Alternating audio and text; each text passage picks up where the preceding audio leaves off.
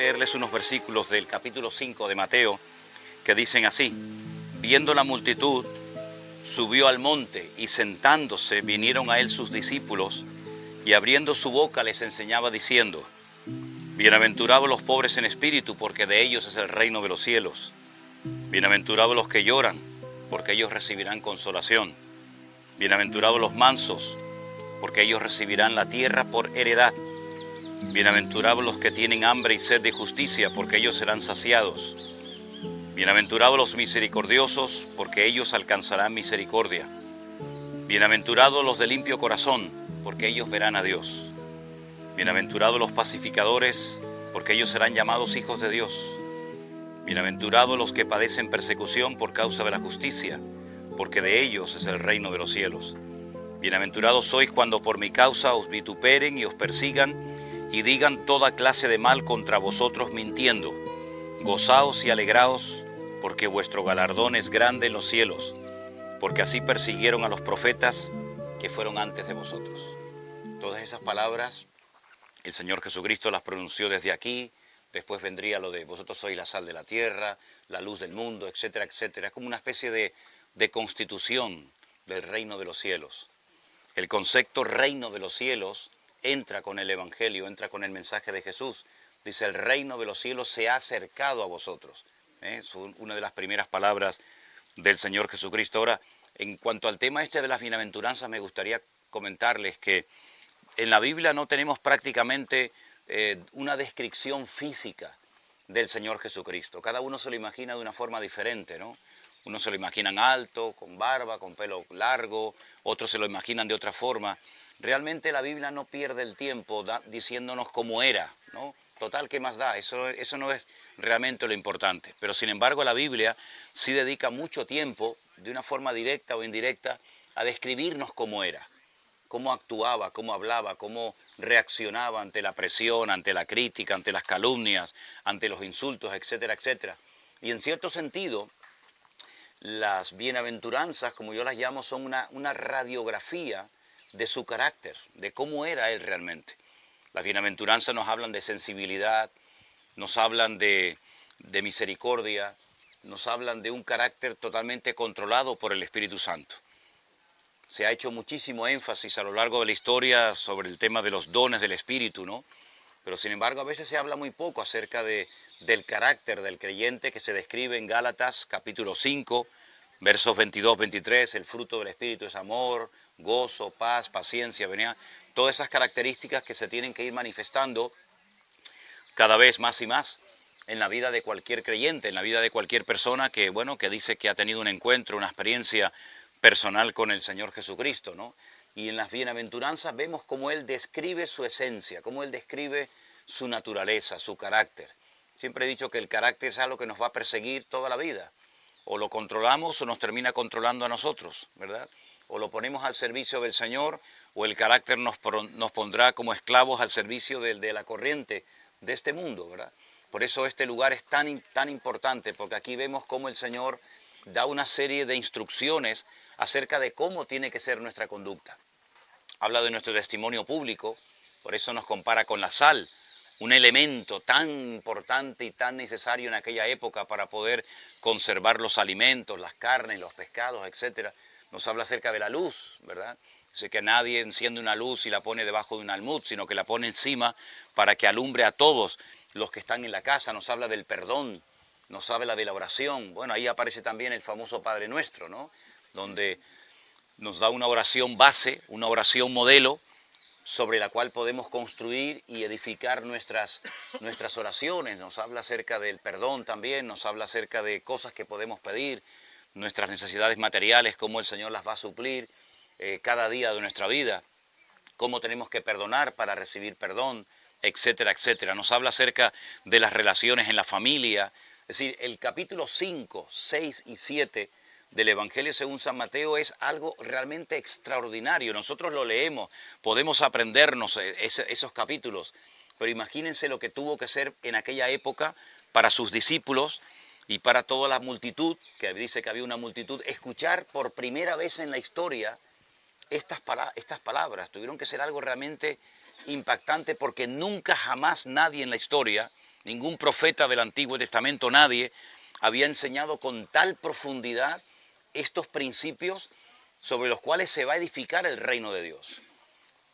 Para entender un poquito esto del reino de Dios, es interesante porque incluso en el Padre Nuestro, Él dice que tenemos que pedir, venga tu reino a nosotros. En el jardín del Edén, cuando Dios creó al hombre y los colocó en aquel lugar extraordinario, de una armonía y de una perfección absoluta, ellos estaban bajo el gobierno, bajo la cobertura, bajo la protección del Creador. Pero por cosas que todos sabemos, ellos se desconectaron de Dios, quedaron, por así decirlo, como un barco a la deriva, salieron del gobierno de Dios, prefirieron escuchar y aceptar y creer a las mentiras del diablo, a lo que él les ofrecía, que al final resulta que era todo mentira, que a lo que el Señor les había prometido y les había dicho que no hicieran. Entonces, a lo largo de la historia de lo que llamamos vulgarmente el Antiguo Testamento, pues Dios tratando de enseñarle al hombre cómo puede volver a recuperar esa comunión, cómo puede volver a obtener esa relación que tuvo en un principio, pero que por consecuencia del pecado y la desobediencia la perdieron. Entonces, les dio la ley, les dio los sacrificios, les dio tantas y tantas lecciones y tantas posibilidades de que el hombre pudiera volver otra vez a conectarse con Dios, pero es a través del Señor Jesucristo, ¿verdad? Es a través de Él como el camino, como el puente, como el nexo que vuelve a unir al hombre con Dios, que el hombre puede volver a recuperar y muchísimo más esa comunión que tuvo en el jardín del Edén y que perdió. Pero no solamente el Señor Jesucristo vino para perdonar nuestros pecados, cosa que ya ha sucedido.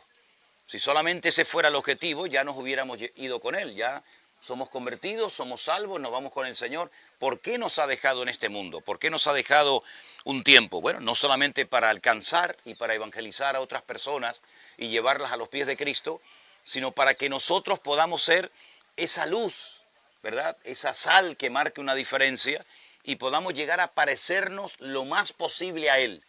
¿Y cómo lo hacemos? Porque humanamente es imposible. Bueno, a través del Sermón del Monte nosotros podemos ver cómo el hombre puede volver a recuperar ese carácter, ese vocabulario, ¿verdad? Esas características que tienen que notarse con el paso del tiempo en nuestra vida. La palabra de Dios a través de la pluma de Juan dice que el que está en Dios, el que ha conocido a Dios, no practica el pecado, no habla de no cometer pecado, eso es algo casi inevitable. Habla de no practicar el pecado, es decir, no seguir en la misma línea de desobediencia, de desorden, ¿verdad? De soberbia, de orgullo que llevábamos antes de conocerlo a Él.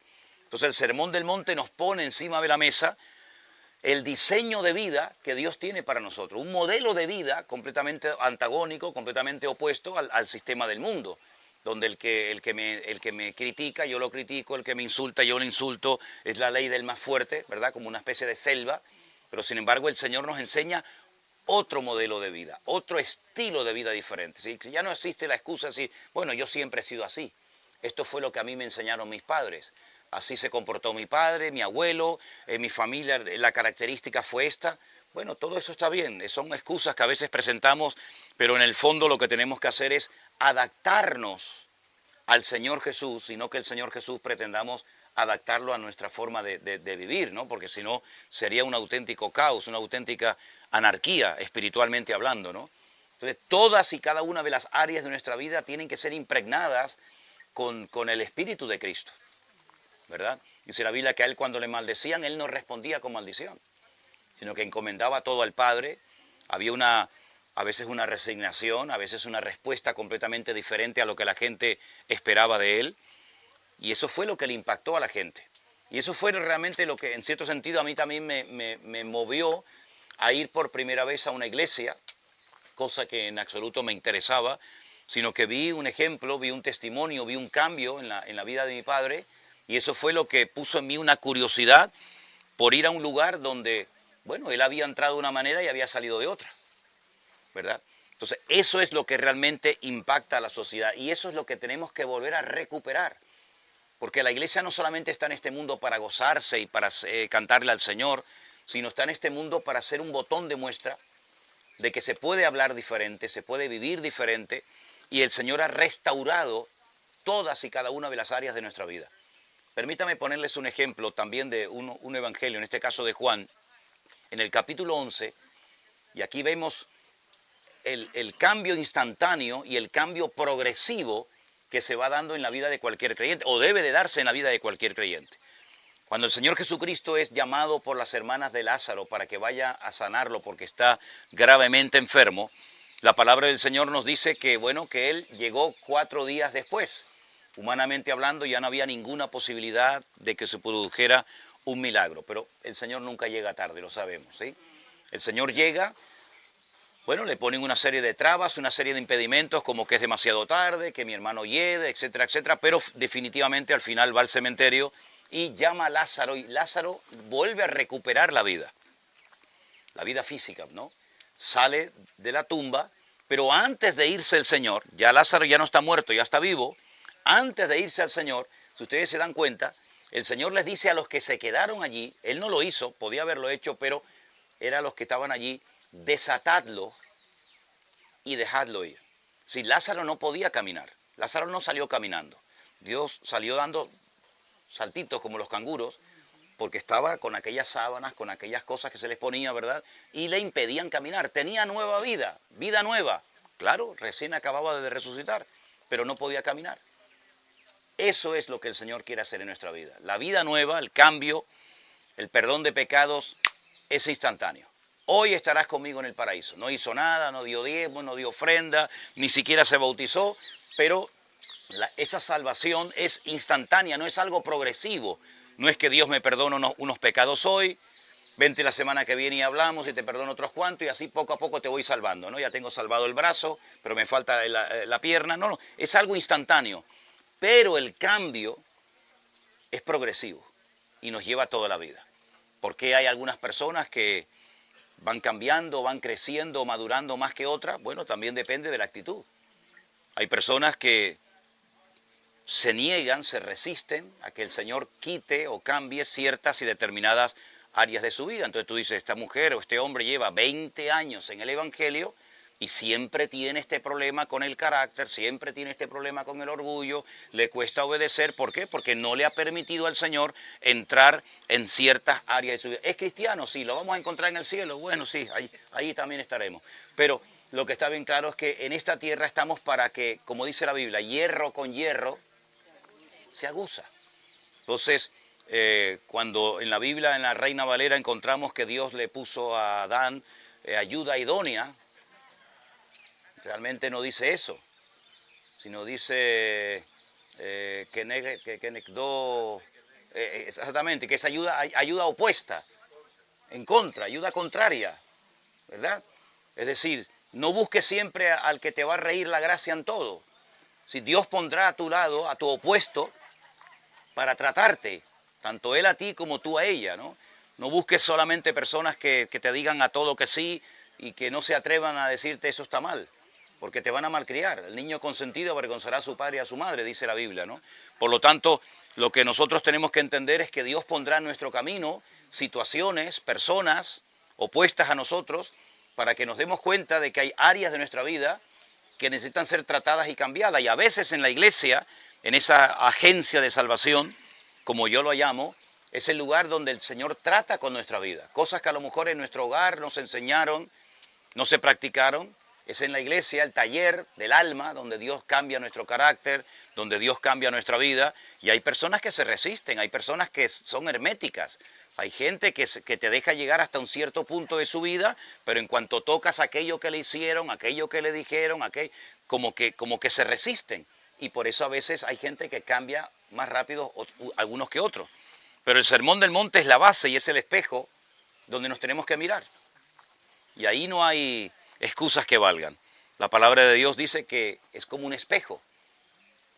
Y en ese espejo vemos la realidad. Decimos que el espejo me hace gorda, ¿no? Pero el espejo me hace feo, el espejo me hace bajito, el espejo me sacó con muchas arrugas. Es decir, hijo, el espejo refleja lo que pones delante, ni más ni menos, ¿no? Como la cámara, no, sáqueme bien, hermana. La cámara no hace milagro, hermana. Yo saco la foto y usted pone el resto, ¿qué quiere que le diga, no? Entonces, la palabra de Dios te la pone delante y dice, uy, qué rebelde que soy. Amigo, es que eres rebelde, no hay vuelta de hoja, ¿no? Entonces, el Señor dio las enseñanzas, dio los principios, dio los mandamientos, nos dice, yo quiero que ustedes sean así, así, así, así, mansos, no mensos, que es diferente. El manso es el que se deja moldear, bienaventurados los que se dejan moldear, como el barro en las manos del alfarero. No es el barro el que le dice al alfarero la forma que tiene que sacar, sino es el alfarero el que decide hacerle así, hacerle asado, ¿verdad? Ok, entonces en el sentido espiritual pasa lo mismo. Es el Señor el que le tiene que dar forma a nuestra vida. Y hay un modelo, ese modelo es Cristo. Nosotros tenemos que parecernos a Él y no Él a nosotros, ¿verdad? Entonces, claro, es un proceso largo, toda la vida, hay un carácter, hay un trasfondo, hay una idiosincrasia, hay tantos factores que a veces frenan esa transformación que el Señor quiere hacer en nuestra vida, pero en eso estamos, amén, hermanos, en eso estamos. Y tenemos que pedirle al Señor, transfórmame, cámbiame, moldéame.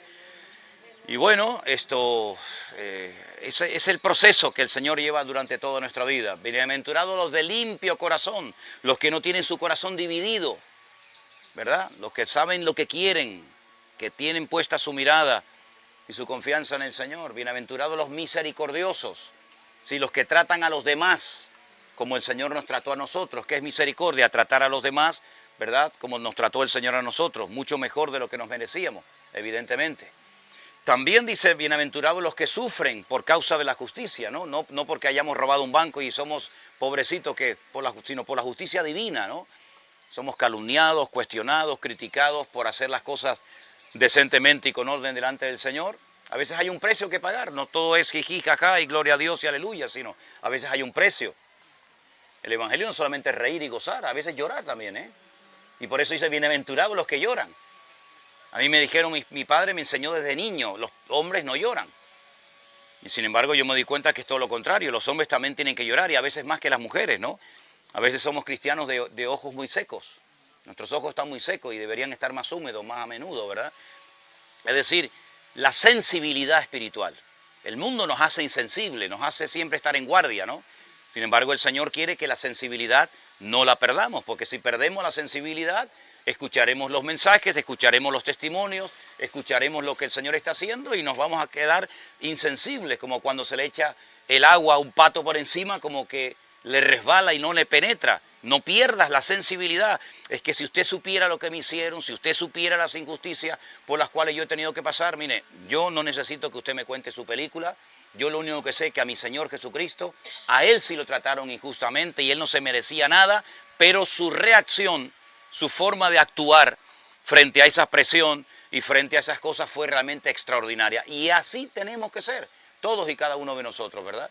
Entonces yo les animo que si puede ser hoy, antes de irse a la cama, lean esos 3 capítulos. Tampoco es tan complicado leerlos, e incluso les animo hasta que los memoricen. No es tan complicado aprender 3 capítulos de la Biblia de memoria, ¿eh? Sinceramente, no es tan complicado. Capítulos 5, 6 y 7, usted empieza a repetirlo por la mañana, por la tarde, por la noche, le pregunta a su esposa, a ver, dime si lo digo bien, si me equivoqué de palabra, y eso le va a transformar la vida, porque la palabra desde adentro hace un cambio extraordinario. Es como una medicina. Usted pone la medicina, ¿verdad?, encima de la mesa, la medicina le puede curar. Si no entra esa medicina adentro no le va a hacer ningún efecto. La palabra de Dios no es un amuleto, no es una herradura, no es una pata de conejo, ¿no?, que me trae buena suerte. Es un objeto decorativo en la estantería, sino yo meto la palabra de Dios en mi interior y desde adentro el Señor me transforma, el Señor comienza a hacer cambios en mi vida. Y la gente dice, ¿qué le han hecho a este hombre? ¿Qué le han hecho a esta mujer? Bueno, no es lo que le han hecho, es lo que el Señor está haciendo en su vida. Y cuando dejamos que el Señor opere en nuestra vida, pues por eso Pablo decía a los filipenses, no estoy persuadido de esto, que el que comenzó en vosotros la buena obra la perfeccionará. La obra ya comenzó, pero hay que perfeccionarla, hasta el día de Jesucristo. Le preguntaron una vez al famoso artista, pintor, escultor Miguel Ángel, el italiano, ¿no? Le dijeron, ¿cómo es posible que tú seas capaz de hacer una figura tan extraordinaria, ¿no?, como la Piedad o el David, etcétera? ¿Cómo lo haces? Dice, bueno, yo veo la piedra y ya veo lo que hay dentro de la piedra. Lo único que tengo que hacer es quitarle lo que sobra. Así de fácil, ¿no? El Señor sabe lo que nos sobra. No resistas al Señor. Él sabe que eso que estás haciendo, esa actitud que tienes, te sobra hace muchos años. Deja que el Señor te la quite. Te va a doler, sí, pero no te preocupes, que el Señor, por cualquier cosa mala que te quite, siempre te va a traer alguna bendición, algún renuevo en tu vida. Así que, hermanos, esto es lo que yo les quería compartir en esta mañana. El Sermón del Monte es un mensaje extraordinario. Curioso que al pueblo de Israel desde una montaña también le dio mandamientos, instrucciones, principios, estatutos, la famosa Torá o la ley, y desde un monte el Señor Jesucristo extiende esa enseñanza, ¿verdad? Pero no solamente nos da enseñanzas, sino que nos dice cómo alcanzar esos objetivos. Porque yo te puedo decir, no hagas esto, no hagas lo otro, haz aquí, haz allá, pero ¿de dónde saco esa fuerza interior para poder cumplir la palabra? Bueno, ahora tenemos una gran ventaja. Y ahora que su mismo espíritu, escuchen esto es algo tremendo. Dice, y si el espíritu de aquel que levantó a Cristo de los muertos mora en vosotros, también vivificará vuestros cuerpos mortales por su espíritu que os fue dado. El mismo espíritu que moraba en la persona de Jesús, ahora lo ha enviado a nuestros corazones para que esa fuerza, ese poder, esa capacidad que humanamente hablando no tenemos ni tendremos nunca, ¿verdad?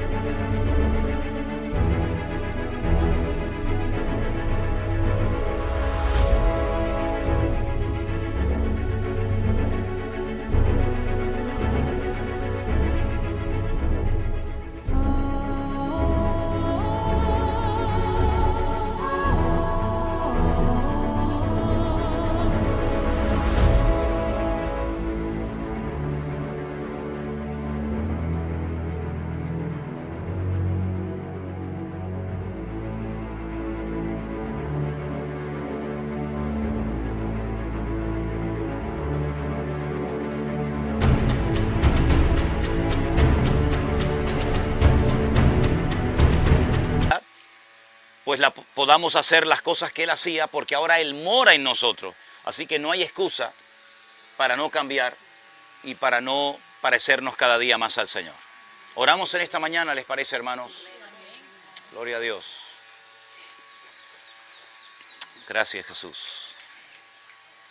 Denle gracias al Señor por esta mañana, por este privilegio de poder estar aquí. Ya tienes vida nueva, ya has nacido de nuevo. Ya lo tienes en tu corazón, ahora pidámosle al Señor, cámbianos, ayúdanos, Señor, transfórmanos, moldéanos.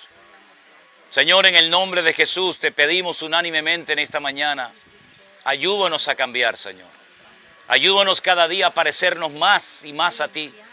Arranca, quita definitivamente de nuestras vidas lo que no te agrade, lo que no te dé honra y gloria, lo que te deje en mal lugar, Señor, límpianos.